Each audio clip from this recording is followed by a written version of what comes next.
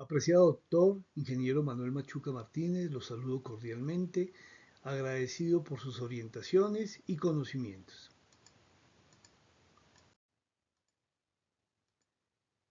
Toda frase breve acerca de la economía es intrínsecamente falsa, afirma Alfred Marshall. Y al respecto, la economía real. El sector real en la economía es aquel que mediante diversos procesos produce bienes y servicios tangibles para la sociedad. Genera empleo directo, genera desarrollo económico, bienestar para las naciones, para sus habitantes. Implica empresas grandes, pequeñas, medianas, toda la industria de todos los sectores agrupados en tres actividades económicas. La actividad extractora o primaria, que está compuesta por los productores o el sector agrario, pecuario, pesca, ganadería y minería. Y el sector productor o secundario, el sector secundario o productor transformador se divide en el sector manufacturero y el sector industrial.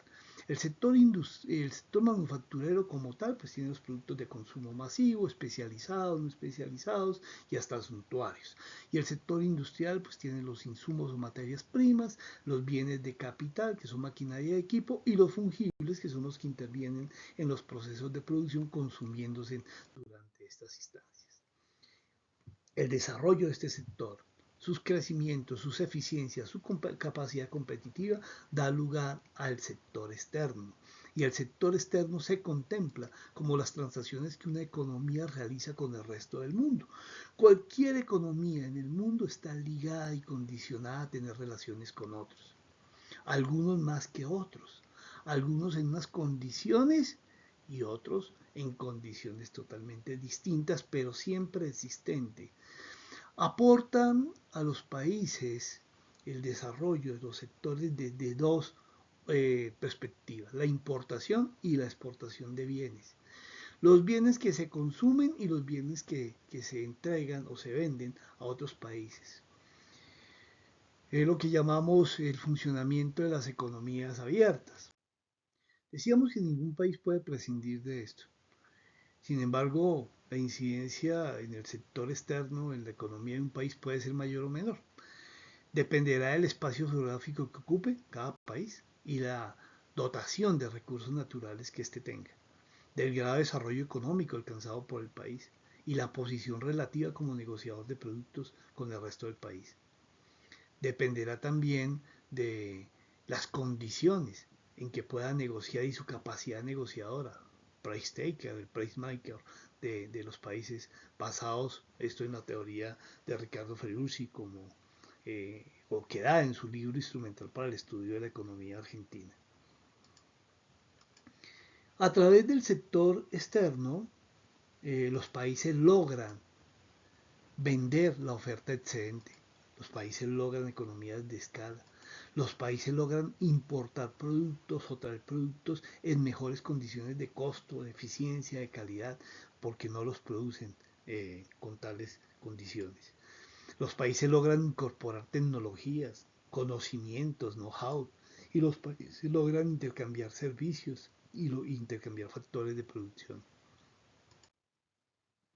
Las ventajas del comercio internacional se pueden dar en distintas teorías, pero básicamente tres caracterizan estas condiciones. La primera, la de Adam Smith, que habla de la ventaja absoluta, que es esa condición única y diferencial que puede tener una nación, poco existente ya porque han aprendido los países a copiar, caso del café en nuestro país. Eh, la ventaja comparativa de la que habla Ricardo, el economista, y que presenta a una nación con la posibilidad de tener dos o tres o más productos y escoger entre ellos con cuál compite. Y esta otra que presenta en su texto Economía Moderna, nuestro Samuelson, economista, y que también Michael Porter va a enriquecer con el aporte del modelo del diamante de Porter.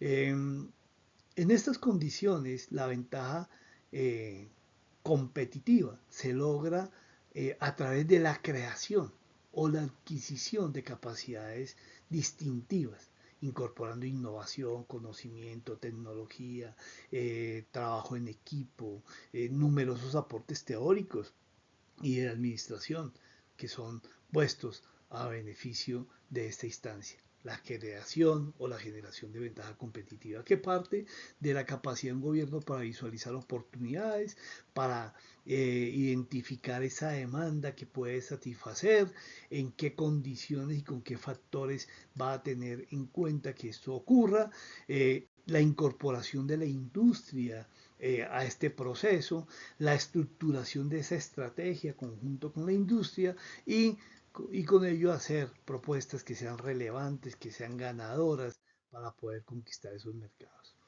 Luego tenemos el sector fiscal. El sector fiscal son los recursos recaudados por un Estado para financiar las actividades del sector público. En estas condiciones se describe la influencia que tiene de manera decidida determinada la realidad económica y cómo afecta directamente la utilización de los recursos, el nivel de oferta y de demanda y la demanda total, los comportamientos económicos de una nación. Esto sumado a la política monetaria y a la política cambiaria, que va a influir también sobre la balanza de pagos, el nivel de deuda, las tasas de interés, la inflación y el crecimiento económico. Los impuestos son los que contribuyen en mayor parte con los recursos fiscales que dispone el Estado para financiar las erogaciones o para cubrir esos gastos. El gobierno los puede fijar directamente, aplicándolos a los ingresos, la riqueza o la propiedad. O lo puede hacer de manera indirecta, aplicándolos como un gravamen al consumo. Tienen la finalidad de financiar los servicios y lo que hemos anotado, pero también pueden servir para corregir las fallas de los mercados. Esto tomado de su guía, doctor Manuel Machado, de la guía de la unidad 4 de OIX 2023. Hablemos del sector monetario. El sector monetario tiene una relación muy estrecha con el sector anterior y es el que afecta particularmente al ingreso nominal de una economía. En el largo plazo determina la tasa de inflación y en el corto plazo puede influir en el ingreso y en el empleo. También conjuntamente con la política fiscal, como ya lo decíamos, influye sobre la balanza de pagos, el nivel de endeudamiento, la tasa de interés, la efectividad de la política monetaria. Finalmente depende en gran medida de la credibilidad que tengan las autoridades monetarias en los distintos países y de cómo ven los países desde el exterior el esquema cambiario que adopta cada nación. Para analizar la política monetaria y el comportamiento de todos estos valores agregados y de todos estos agregados monetarios, es necesario disponer de un sistema contable transparente, estructurado, uniforme, que sirva de base para la construcción de cuentas del sector monetario. Después de contemplar los sectores, hablemos de este cuestionamiento. ¿Qué políticas de desarrollo y promoción social pueden llevar a cabo los gobiernos?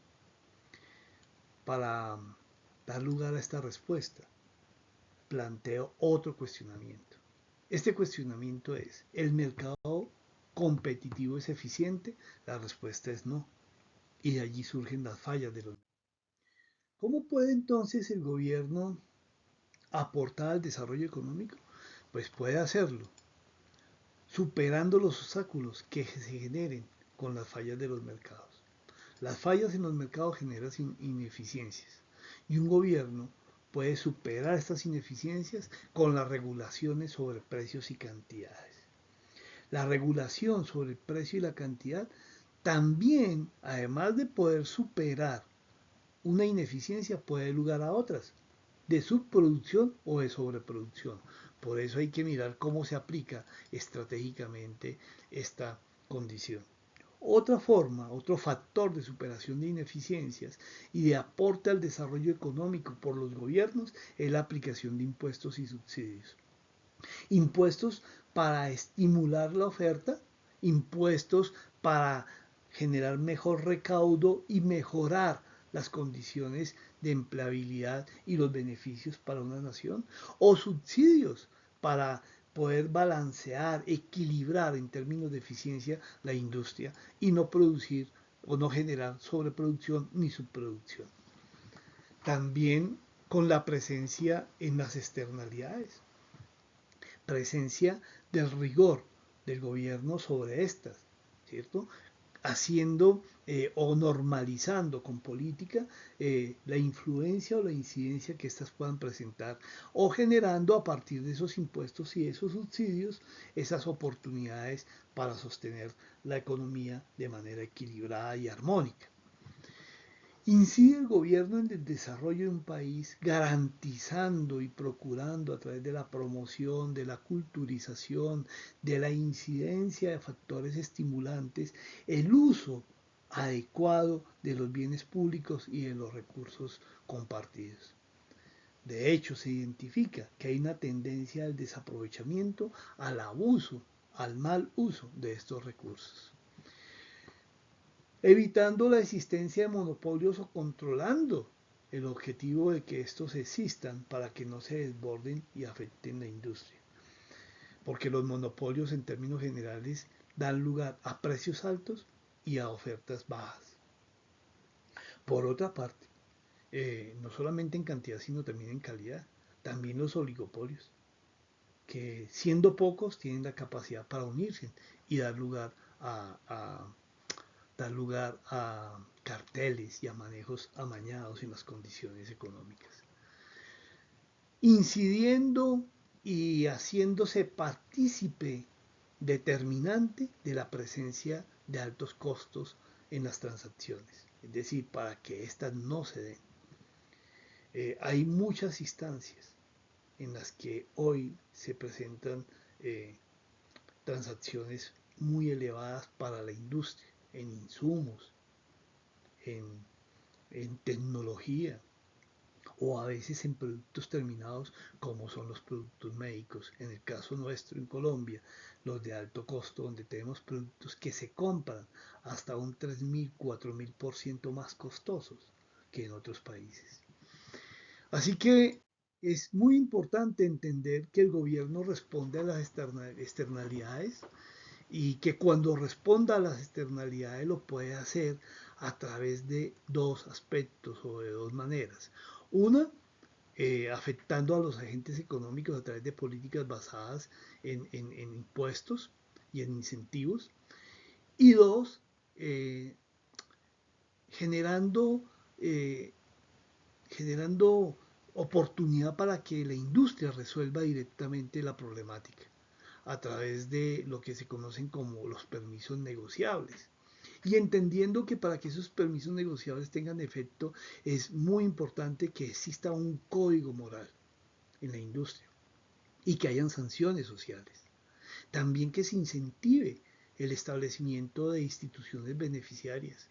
Y por otra parte, que las empresas diversifiquen, que las empresas accedan a mercados distintos a los que en los que ya actúan. Por lo tanto, la base de los productos que caracterizan esta incidencia del gobierno se puede dar en cuatro caracterizaciones. Una, los bienes privados, que son rivales y también son excluyentes. Por otra parte, están los bienes públicos, que ni son excluyentes ni son rivales. Hay que cuidar el uso de estos y la eficiencia con que presten sus servicios. Pues la ineficiencia con que presten sus servicios también va a alejar y va a generar inconformidad y hasta pérdida de armonía en el recaudo de impuestos y de tributos. Los recursos comunes, que son rivales en consumo pero no son excluyentes. Y por otra parte, los bienes reservados, que son excluyentes pero no son rivales. Y aquí están los ejemplos de cada uno de ellos. Con esto, muchísimas gracias, doctor Manuel, y espero verle pronto.